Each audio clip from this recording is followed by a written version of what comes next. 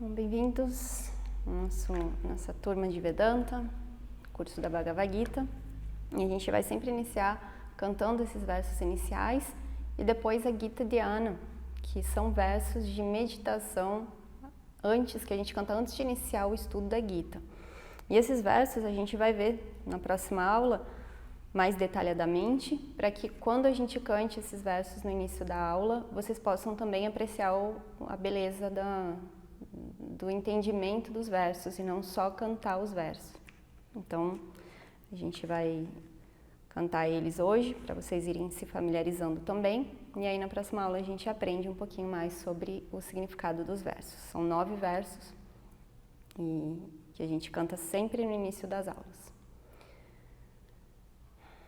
Om Parthaya Pratibodhitam Bhagavata Narayanena Swayam Vyasena Gratitam Purana Munina Madhye Mahabharatam Advaitamrita Varshinim Bhagavatim Ashtadashadhyayinim Amba Tvamanusandadhami Bhagavad Gita Bhavadveshini Namostute Vyasa Vishala Buddhe Pularavinda Yatapatra Netra Yena Tvaya Bharata Teila Purnaha Prajwalito Jnanamaya Pradipaha Prapanna Parijataya Totra Vetre Kapanaye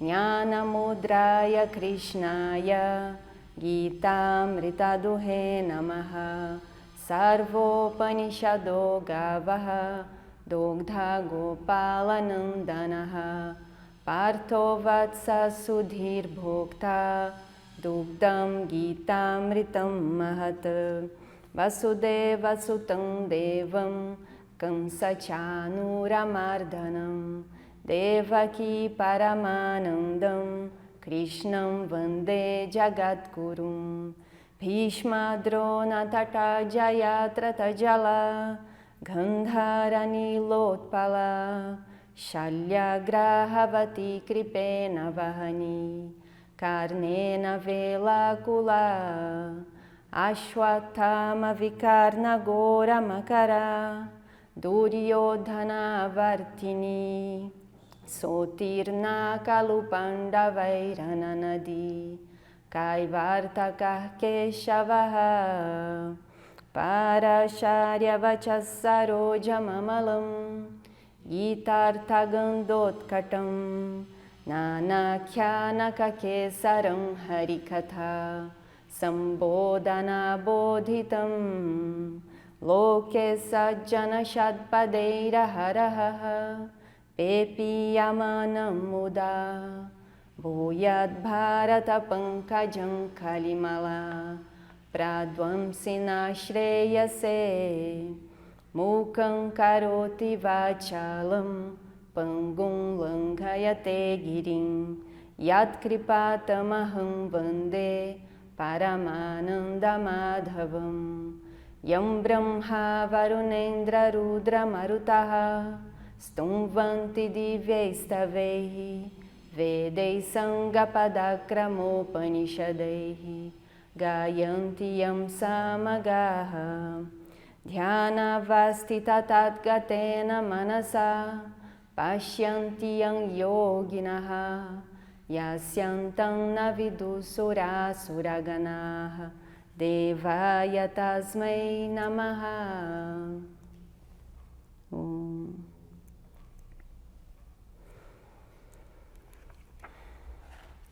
Bom, então, dentro da nossa tradição, nós temos uma vasta literatura chamada em sânscrito de Shastram, uma literatura em sânscrito e que possui por base os Vedas.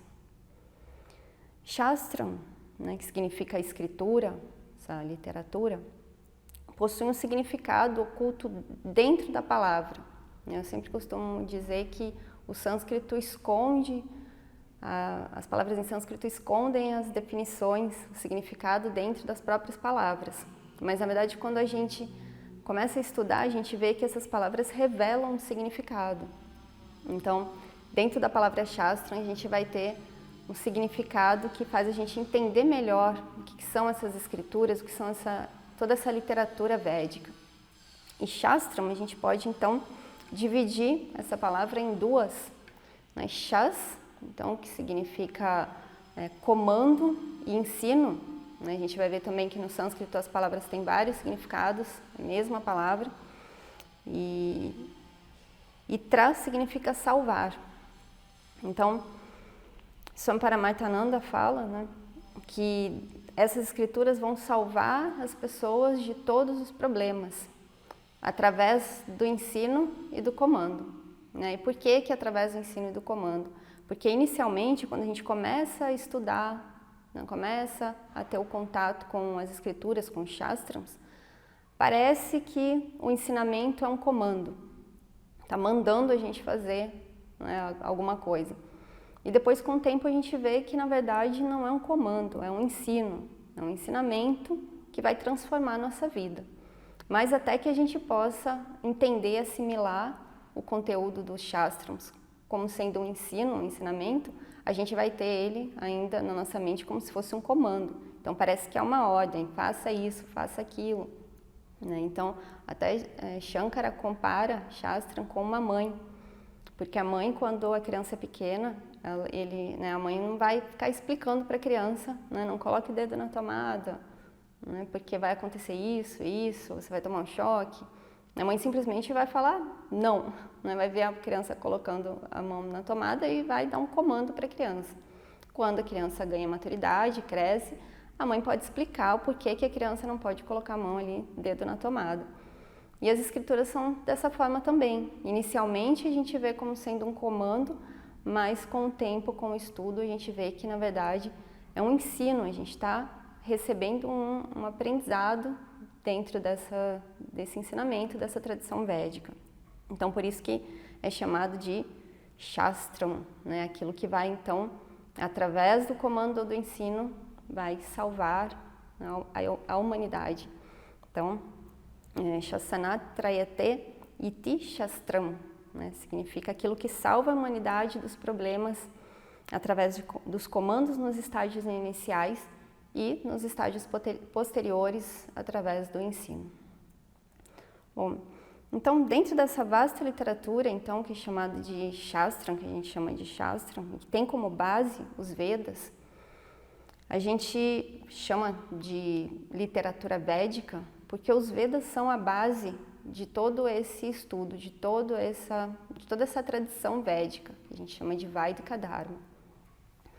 E os Vedas, eles não são uma composição humana, os Vedas são uma revelação divina. Então, os rishis, como canais, receberam todo esse ensino, esse ensinamento, diretamente de Ishvara, e durante muito tempo eles transmitiram esse ensinamento oralmente, sem ter nada por escrito. Era tudo oral, então é chamado de Shruti, aquilo que é ouvido. É uma tradição que é chamada de Karna Parampara. Né? Karna significa ouvido, né? Orelha. Então é aquilo que você escutou. Eles escutaram, receberam esse ensinamento e começaram a transmitir o ensinamento oralmente para os seus alunos e discípulos. E essa tradição foi então transmitida dessa forma, né? Na forma de Shruti, na forma de aquilo que é ouvido. Então é chamado de Karna Parampara e não Hasta Parampara. Né? Hasta Parampara, Hasta significa mão, é aquilo que é escrito. Então não foi uma tradição escrita que iniciou através de um texto e depois foi se estudando em cima daquele texto. Era algo escutado e passado, transmitido oralmente. E aí, em um determinado momento, Vyasa, que foi então um grande yogi, um grande sábio, escreveu, sistematizou esse Veda, que na verdade é um único Veda, um único corpo de conhecimento, e ele sistematizou, organizou em 4 livros para facilitar o estudo, para facilitar a memorização. E aí ele dividiu então em Rig Veda, Yajurveda, Samaveda e Atharva Veda. E aí ficou mais fácil das pessoas conseguirem estudar e memorizar. Então, é interessante a gente entender isso, que Vyasa ele vem com esse papel, com essa missão, né, de colocar ali, tentar preservar aquilo que era transmitido oralmente na forma escrita, para que a gente tivesse acesso a todo esse conteúdo, sem precisar que fosse passado oralmente do professor para o aluno, apesar de que isso existe na Índia ainda, são poucos os gurukulams onde o professor ensina o aluno a decorar, mas ainda existe. E a gente tem ainda esse benefício de ter os textos por escrito. Então a gente tem a base então de toda essa tradição que a gente estuda, que são os Vedas.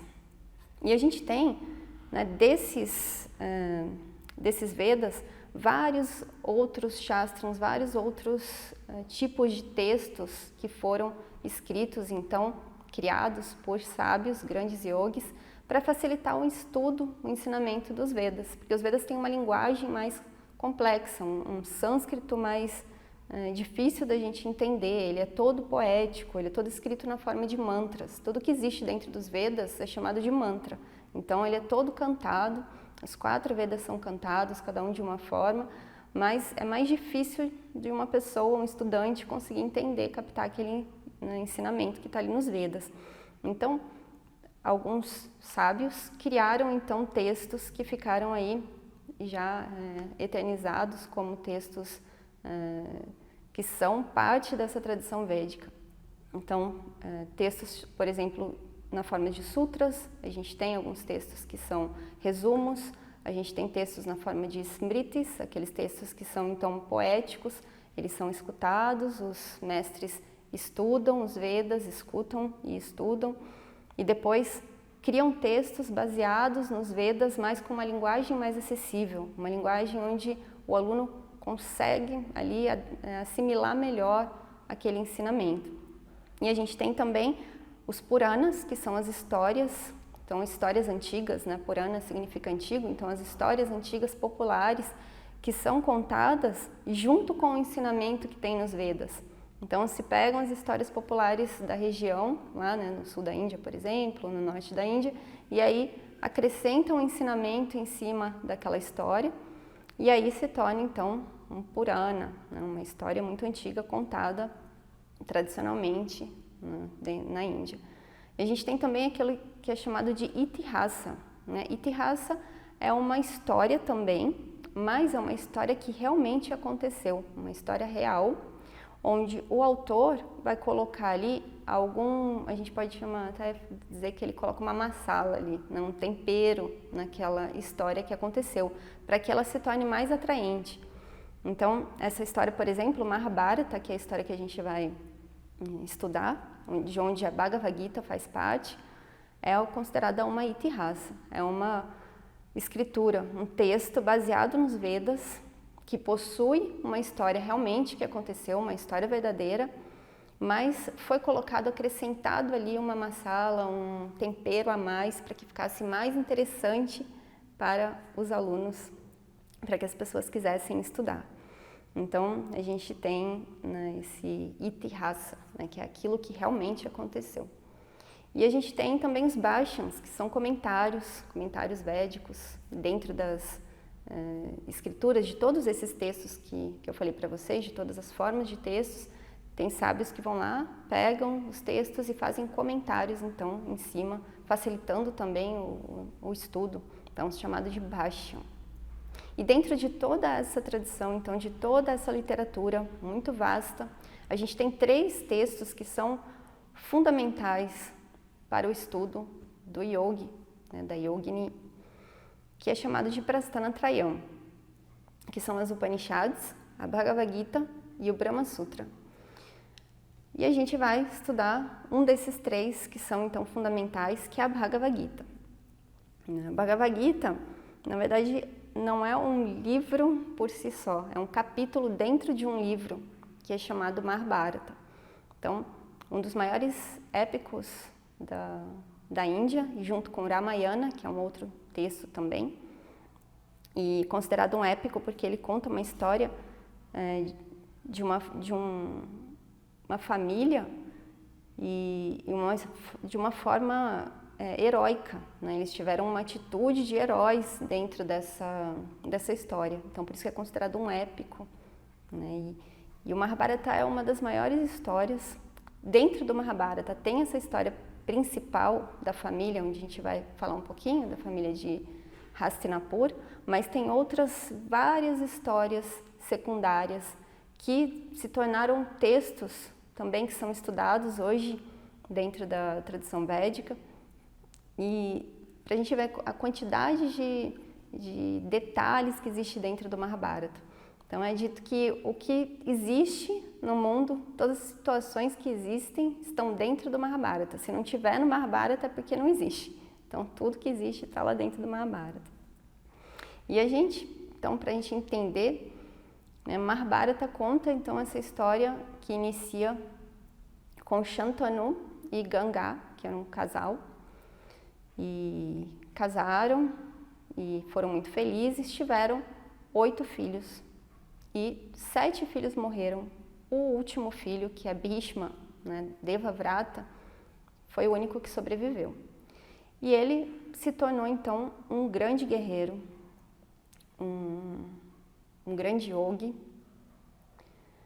Aprendeu as escrituras, teve todo um treinamento dentro de um gurukula. E em um determinado momento da vida dele, para que o pai fosse feliz, pela felicidade do seu pai, ele faz um voto, né? Existe toda uma situação que faz com que ele tome essa atitude, mas ele faz um voto, então, que é de se tornar um renunciante.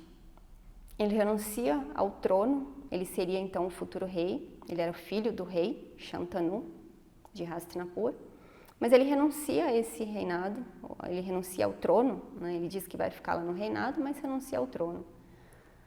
Ele renuncia também os relacionamentos, ele diz que não vai mais então ter relacionamento nenhum amoroso, faz um voto de brahmacharya, que é então de se manter sem relacionamentos, né? Sem relações sexuais e relações amorosas de nenhum tipo.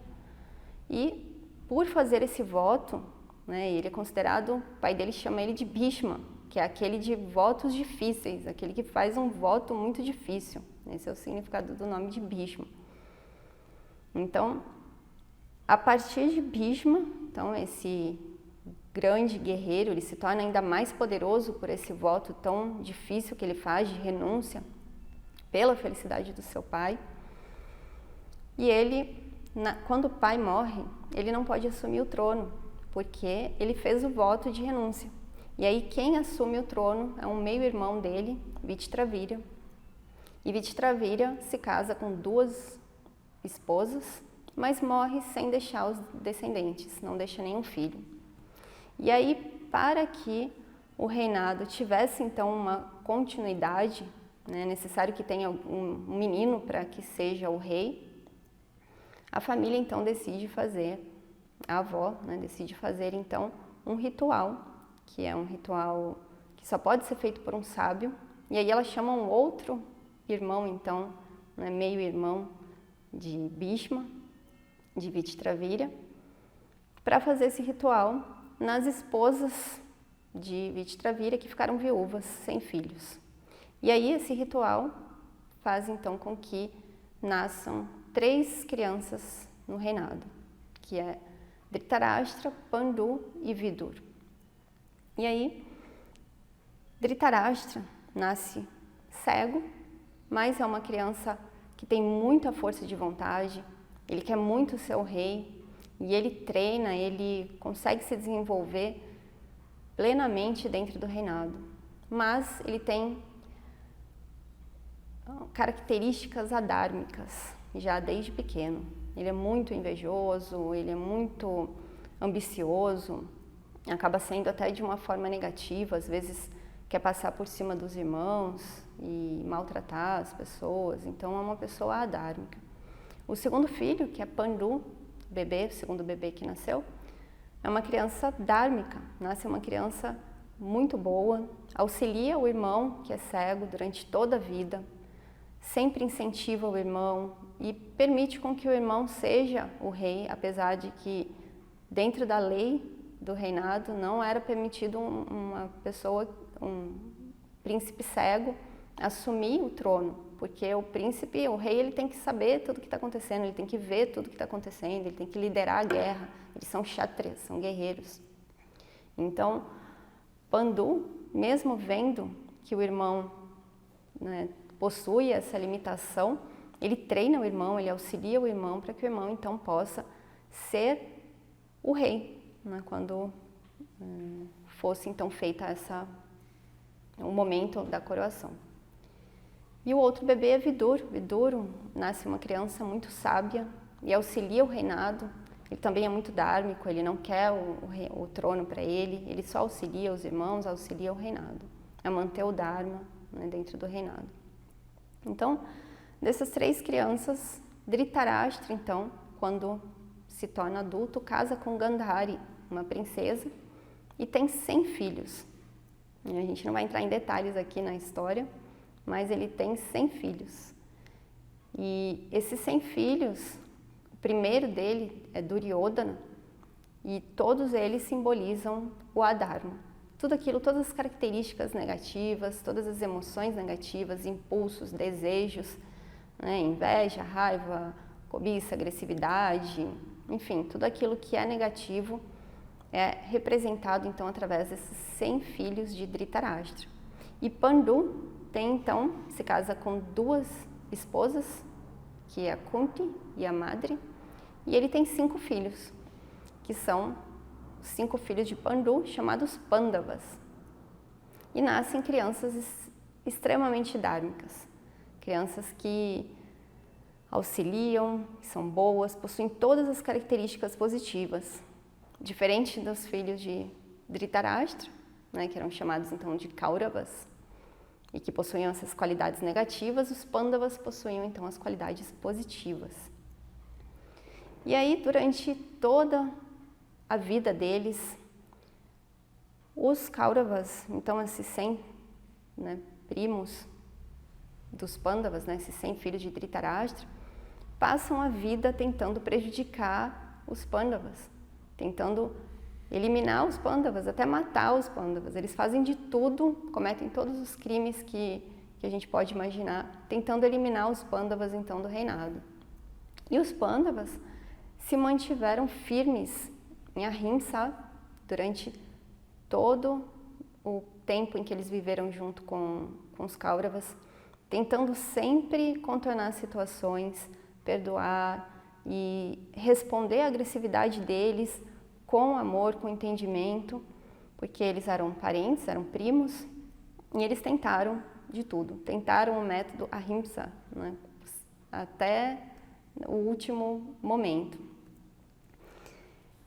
E aí chegou um determinado momento, então, da história, em que isso, né, dentro da escritura, dentro da tradição védica é dessa forma, a gente tem que entender que o Dharma não é absoluto e que a ahimsa é um valor, que é a não violência, que também não é absoluto.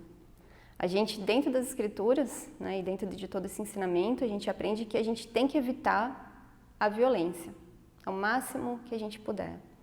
E dentro da lei até dos kshatriyas também. Os kshatriyas, eles são os guerreiros, eles têm que conseguir tentar manter o Dharma dentro do reinado através de meios não violentos.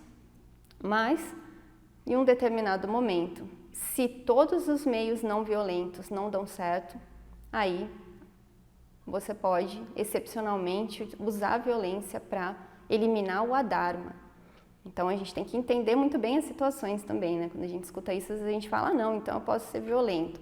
Não é isso. Dentro de uma situação específica, se você tentou todas as possibilidades e está existindo ali uma agressão, está existindo uma situação adármica, para proteger o Dharma, para parar com aquela situação que está sendo agressiva, abusiva, e, enfim, a gente pode utilizar, então, de um método violento para parar com aquilo. porque não teve uma outra solução, tudo foi tentado e nada deu certo. Então, dentro do Mahabharata é dito isso várias vezes, né, que a ahimsa é o maior dharma, a ahimsa é o maior valor, é a mais alta virtude moral. Então, às vezes as pessoas escutam a história do Mahabharata e pensam que é uma história adármica, que os personagens são da mesma família e brigam entre si e acabam tomando atitudes adármicas, então, porque eles entram numa guerra entre os parentes. Mas se a gente for analisar o Mahabharata, ele é todo a favor de ahimsa, da não violência. Mas até se a gente for ver dentro da nossa tradição, a gente tem os devas. Né? Os devas, eles são totalmente a favor de ahimsa. Eles querem restabelecer o dharma. O objetivo deles é manter o dharma no universo. Mas todos eles possuem uma arma. Se você for prestar atenção nos devas, eles possuem uma arma. Até Krishna possui uma arma, ele possui o Sudarshana, que é um chakra que ele tem no dedo e é uma arma. Ele pode jogar esse chakra esse Sudarshana e matar um asura, né, eliminar um ser adármico. Então isso mostra que o dharma não é absoluto, a ahimsa não é absoluto e a gente pode utilizar sim de meios que sejam himsa, mas em determinados casos, se for necessário, para que o dharma seja restabelecido. Né? E aí Krishna diz que, dentro da Gita, ele fala que sempre que a dharma crescer, sempre que o dharma estiver ali, né, porque existe um equilíbrio entre o adharma e o dharma, sempre nesse universo, mas sempre que o adharma subir demais e ultrapassar o dharma, ele vai voltar para a Terra. Então, Krishna diz isso na Bhagavad Gita, e ele volta na forma de um avatar para restabelecer esse dharma, para lutar pelo dharma. Então, esse é o papel de Krishna dentro do Mahabharata. Ele vem auxiliar os Pandavas, auxiliar aqueles que estão, então, vivendo o dharma, né, que simbolizam o dharma, para que o adharma seja, então, eliminado, porque o adharma estava crescendo demais com esses 100 filhos, então, de Dhritarashtra, né, com Duryodhana liderando. Então, esse é o papel de Krishna. Então, quando a gente age dessa forma, né, quando Krishna vem para lutar e incentiva Arjuna a lutar, ele não incentiva Arjuna a lutar por ódio, ele não está com raiva. Ele incentiva a lutar por compaixão à humanidade, por amor à humanidade, por amor ao Dharma. Ele quer restabelecer o Dharma. Então, a atitude que ele toma frente a essa guerra, a essa situação toda que acontece dentro do Mahabharata, é uma atitude evoluída, né? Uma atitude santa, uma atitude de salvar realmente a humanidade, e não de estabelecer uma guerra e causar uma discórdia e um caos entre a família, né, do reinado de Hastinapura. Então, a gente tem, né, esse cenário, né, onde Dhritarashtra, então, com seus 100 filhos, estão ali, né, passam a vida toda prejudicando os Pandavas, né, que estão tentando ali viver a sua vida dhármica, auxiliar o reinado, auxiliar as pessoas. E em um determinado momento, os Pandavas se retiram, vão para a floresta, passam 13 anos pensando, refletindo sobre tudo o que aconteceu na vida deles. E eles voltam, então, decididos a eliminar Duryodhana, decididos a, então, aceitar a guerra, que, na verdade, o Duryodhana já havia citado, já havia dito que ele queria mesmo essa guerra, ele sempre quis eliminar os Pandavas. E aí chegou esse determinado momento da história em que Arjuna diz, então, que tudo bem, a gente vai lutar, né? Essa guerra é necessária. Não tinha uma outra forma de acontecer, da situação ser diferente dentro da história. Tinha que existir essa guerra. E aí Arjuna pede então auxílio para Krishna, que era então conhecido como um grande avatar, já mesmo no reinado. Ele era um rei, mas ele era um rei divino. Todo mundo sabia que ele era especial, que ele tinha capacidades especiais e que ele era divino. Então Arjuna pede auxílio para Krishna para que ficasse com ele do lado dele na guerra e que ele pudesse então ter forças para enfrentar essa batalha, que é uma batalha realmente difícil, uma batalha onde ele vai lutar contra familiares, contra pessoas que ele conhece. Então, ele precisa ali de uma proteção, de um apoio de Krishna, né? E aí, nesse cenário, então, que a gente vê, né, que a gente pode visualizar, então, na guerra, né, Bhagavad Gita começa com a guerra dentro do campo de batalha, que é chamado de Dharmakshetra ou Kurukshetra. E dentro desse campo de batalha a gente tem então, de um lado os Kauravas, Duryodhana ali liderando, né, o líder do Adharma, liderando esse exército, com várias pessoas conhecidas, não só esses 100 primos, mas fez parte também do exército de Duryodhana, Bhishma, que a gente viu no início da história do Mahabharata, que era então aquele de votos difíceis, aquele que se tornou então um protetor do reinado de Hastinapur, que era tio-avô dos Pandavas. Ele ficou do lado de Duryodhana. Porque nessa época o pai de Duryodhana, Dhritarashtra, era o rei. Então Bhishma disse que serviria o rei, ele fez uma promessa, um voto de que ele serviria o rei ao trono, ao reinado, durante toda a vida. E aí, nesse momento em que ele estava vendo que a Dharma estava sendo elevado através de Duryodhana, mesmo assim ele decide, né, ele tem que manter a palavra, então ele fica do lado de Duryodhana. Drona também, Guru Drona, professor de Arjuna, dos Pandavas, fica do lado de Duryodhana. Também promete servir o trono de Hastinapur, então ele fica do lado de Duryodhana. E do outro lado, os Pandavas, entre eles ali, também alguns aliados, mas em menor quantidade, e Krishna junto com eles, que já é uma grande força, a maior força, né, é ter Krishna do lado. E aí Arjuna, então, nesse momento, né, com esse plano de fundo, a gente pode visualizar, Arjuna já tinha decidido que ele lutaria, ele tinha optado pela guerra, ele já tinha analisado todas as opções, ele tinha pensado em tudo que poderia acontecer, inclusive durante a guerra. E no momento em que ele está ali, na situação, né, e aí que a gente vê isso também na nossa vida, né, às vezes a gente planeja tantas coisas e fala, quando acontecer tal coisa eu vou agir de tal forma, mas quando você realmente está passando pela situação, aí que você vê né, qual que é a reação que você tem. Não tem como a gente prever reações emocionais, né? A gente pode até pensar, eu vou agir de tal forma, mas é só na hora que a gente realmente vê o que acontece ali, né? O que vem de dentro de nós, dos nossos samskaras, da nossa bagagem toda emocional.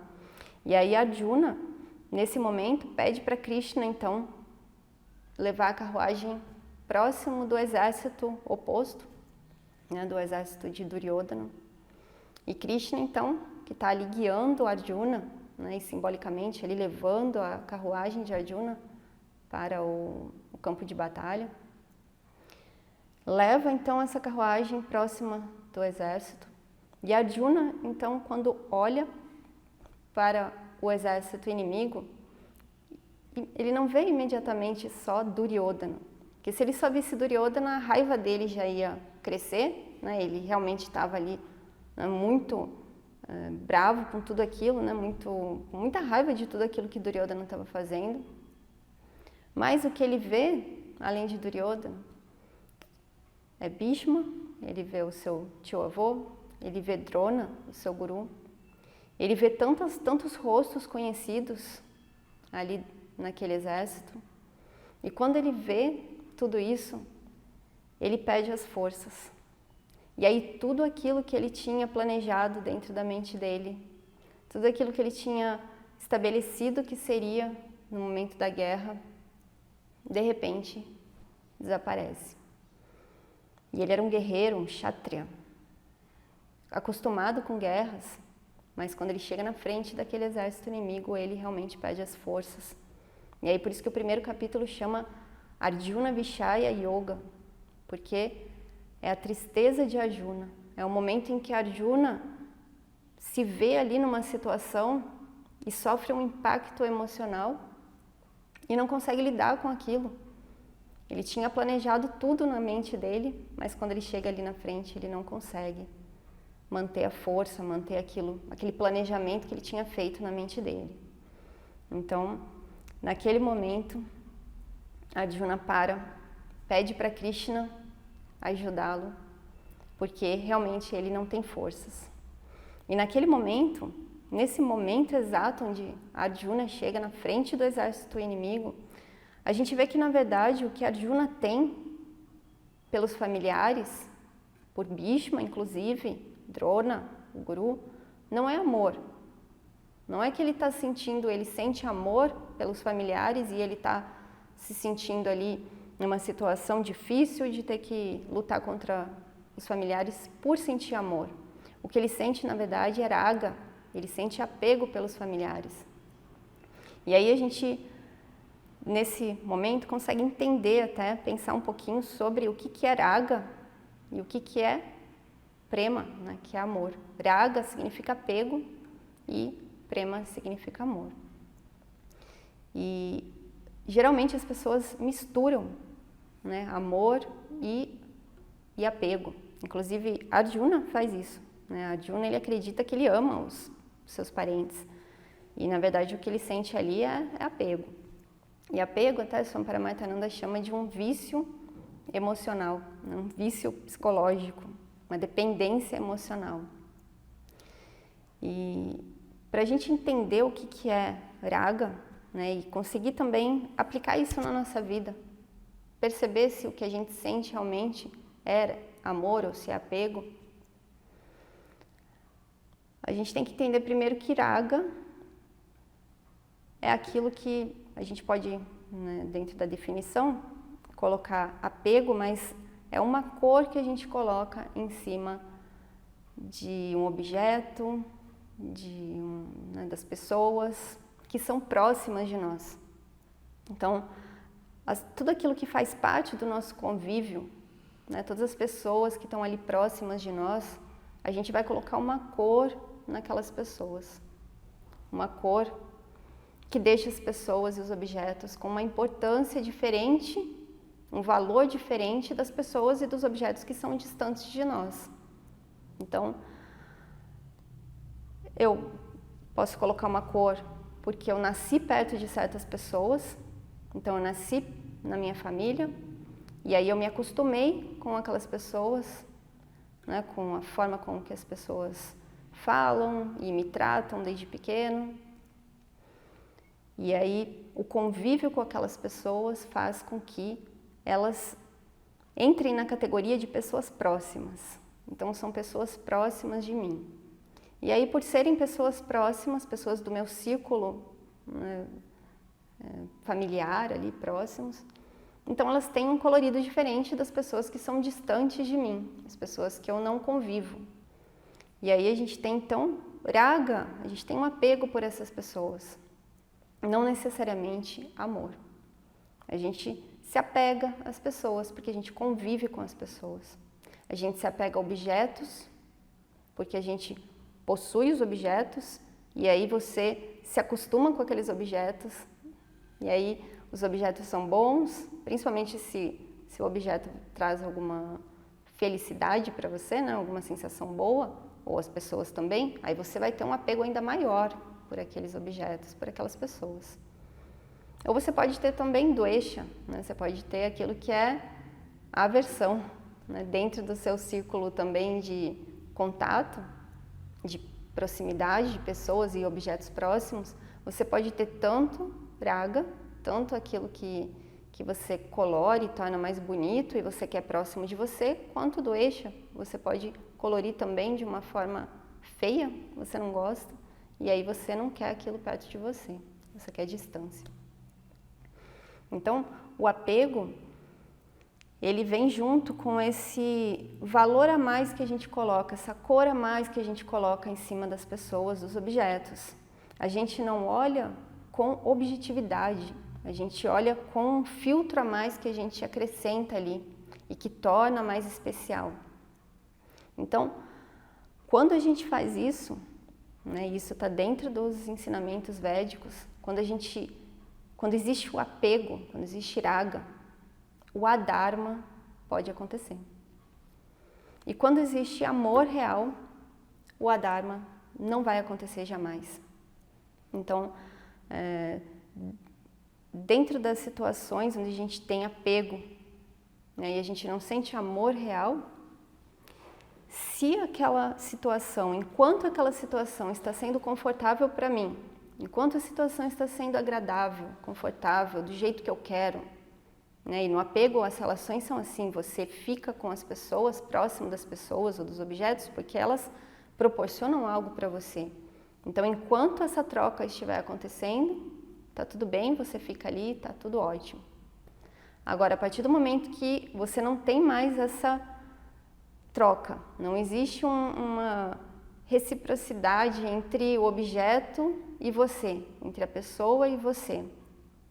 Aí, nesse momento, você já não vai querer mais tratar aquele objeto tão bem, tratar aquela pessoa tão bem, e aí vem himsa, você vai agredir, você vai enganar, e o adharma vai se estabelecer ali. Se a relação é de amor real, isso não vai acontecer, porque não existe esse apego, não existe um valor a mais que você coloca. Por isso é dito que o amor verdadeiro é só o amor por Ishvara, é só o amor que a gente tem divino, né? Pelo eu, que é livre de limitação, esse amor que é alcançado através de moksha, através dessa liberdade, porque a gente se liberta dessa visão que é turva, né? Que faz a gente enxergar as coisas de uma forma diferente do que elas são realmente.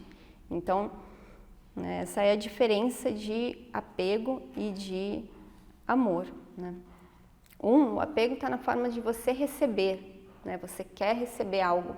E o amor não, você quer dar, você quer doar, você pode até querer, né? Lógico, sempre pensar no seu bem-estar, mas você quer primeiro dar, você quer dar primeiro e receber é só uma consequência e não algo que tenha que acontecer ali, né? De todo jeito.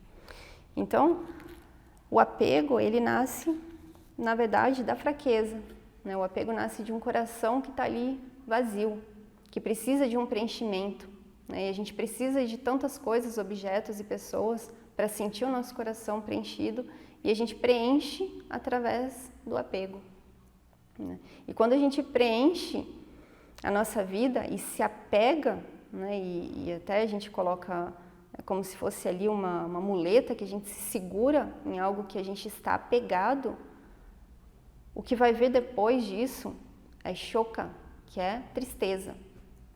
Você vai sentir tristeza.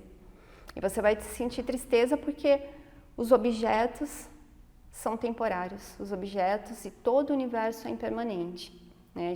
Krishna fala na Gita, né? Anitya, Asukham, Anitya, Sukham, Lokam. Então, o universo é impermanente e, por ser impermanente, ele é fonte de sofrimento. Então, a gente se apegando aos objetos, né, tendo essa relação de apego, né, de querer se apoiar em objetos, pessoas, a gente com certeza vai sofrer. E quando a gente sofre, quando acontece esse sofrimento, né, que é quando o objeto não está mais lá, né, ou então modifica a situação e aí já não é mais tão bom como era, e aí de repente você não tem mais aquela situação da forma que você queria, né? Ou porque o objeto finalizou, não tem mais aquilo, então você era tão apegado, agora você ficou sem chão, porque você estava apegado ali num objeto, que não está ali mais. Ou a situação mudou e você também não quer mais aquilo, e você ainda, né, possui aquele apego ali naquele objeto. Então, em qualquer situação, o apego vai trazer o sofrimento. E quando você sente essa tristeza, então, né, de ter se apoiado em algo que não era permanente, O que vem em seguida é chamado moha, que é então a ilusão. A ilusão, a confusão. Então Vyasa fala dentro do Mahabharata, né, e a gente vai ver isso também, né, dentro da Gita, que esses três, né, raga, esses 3 pontos, né, que eu falei para vocês, então, que é raga, o apego, shoka, a tristeza, e moha, essa confusão, na verdade, são partes de uma doença que é chamada samsara. Então, Swami Paramarthananda coloca dessa forma, né, como samsara, que é esse ciclo de vida, transitoriedade, morte e ciclo de reencarnação, como sendo uma doença. E a gente está preso, é uma doença, a doença da ignorância, porque a gente não consegue enxergar a realidade, a gente não consegue enxergar quem nós somos realmente. Então, por não enxergarmos quem nós somos realmente, não enxergarmos a realidade absoluta, ficarmos só presos no relativo, a gente vai ter essa doença chamada samsara, baseada em raga, shoka e moha.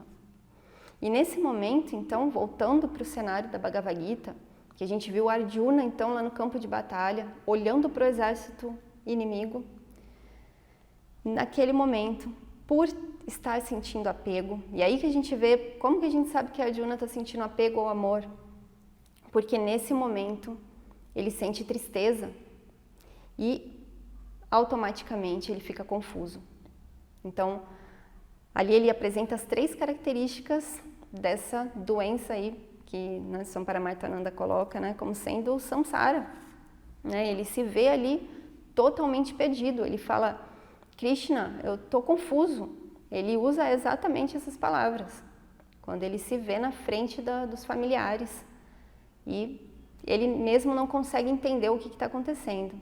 Mas por sentir apego, ele sente tristeza e, consequentemente, a confusão vem e toma conta da mente dele.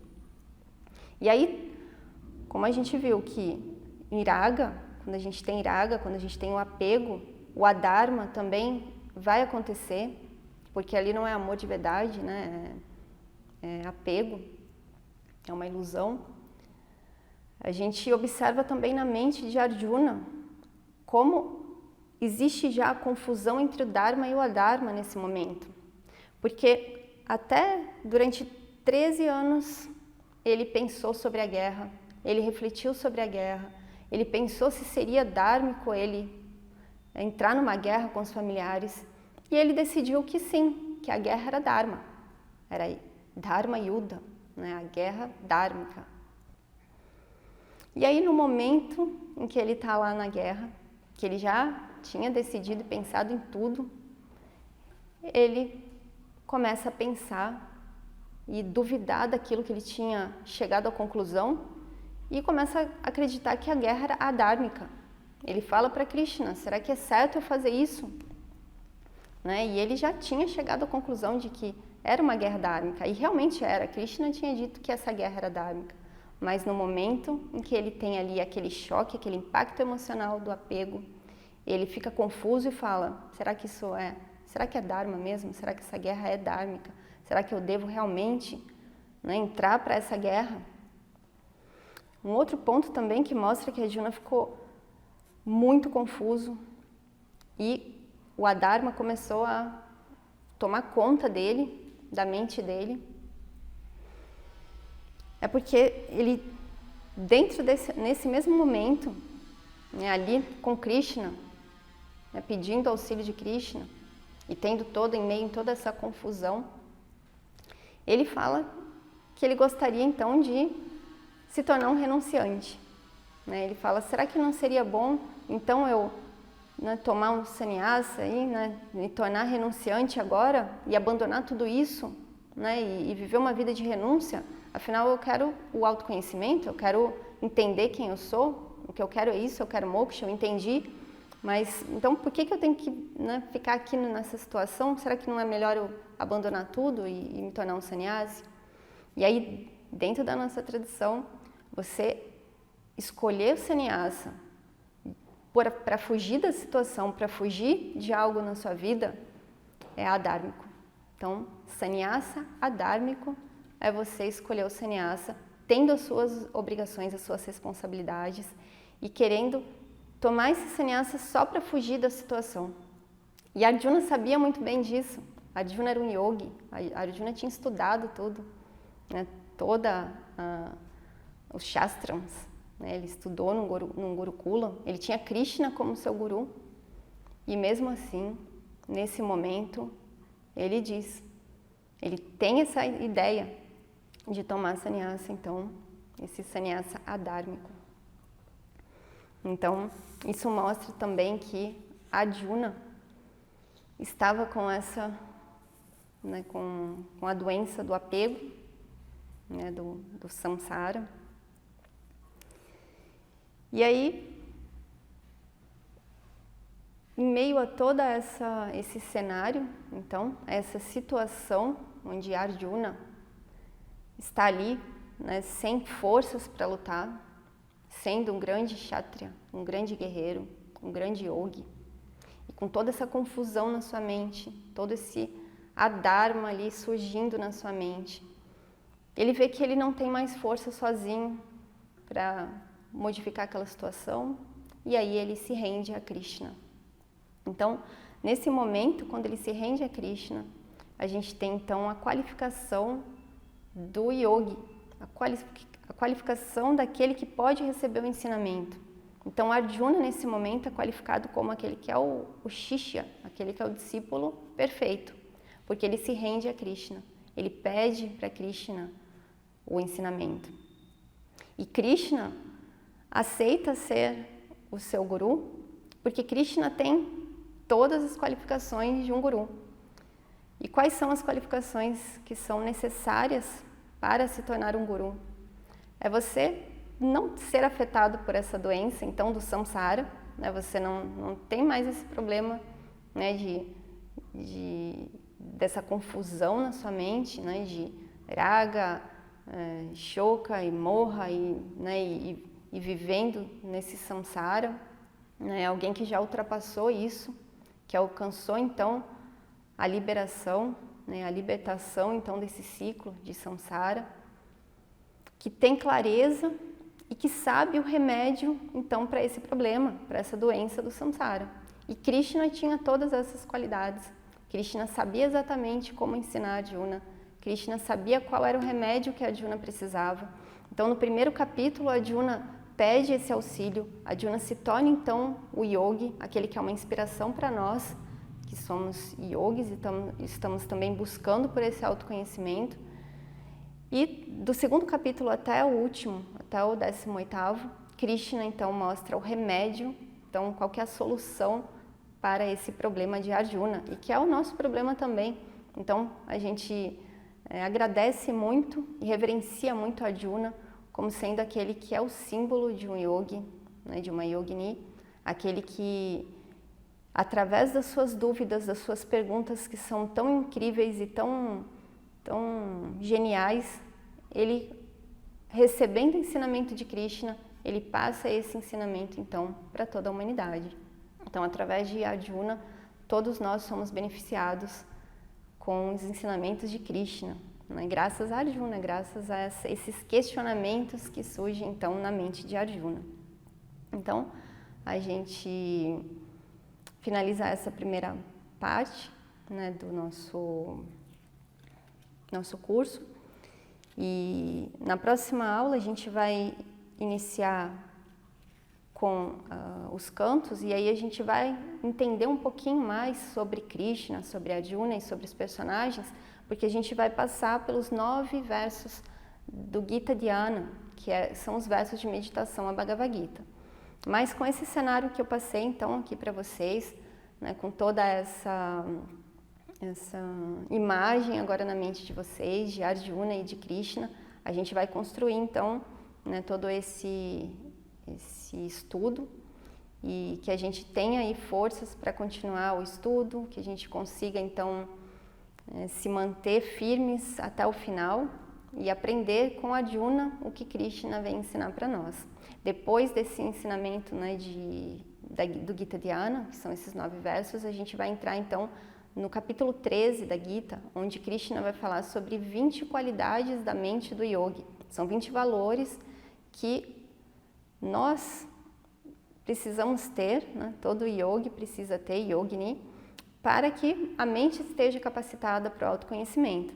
Então, tendo esses valores, tendo essas qualidades, essas características na nossa mente, a gente está, então, disponível, com a mente disponível para o autoconhecimento. Então, é fundamental que a gente faça essa análise, que a gente tenha esse estudo dos valores e a gente possa aplicar esse estudo em nós mesmos, nos avaliando, observando se a gente tem aquele valor ou não, se a gente traz para as nossas vidas aquilo ou não. E a partir daquilo que a gente vê, a gente poder então transformar hábitos e modificar a nossa mente, tornando ela então um instrumento perfeito, aí uma ferramenta perfeita, capacitada para o autoconhecimento. Então, agradeço muito a participação de vocês nessa primeira aula e a gente finaliza com o mantra. Om Purnamadav Purnamidam Purnat Purnamudachyate Purnasya Purnamadaya Purnameva Vashishyate. Om Shanti Shanti Shanti. Harihi Om Shri Gurubhyo Namaha. Harihi Om. Om Tat Sat.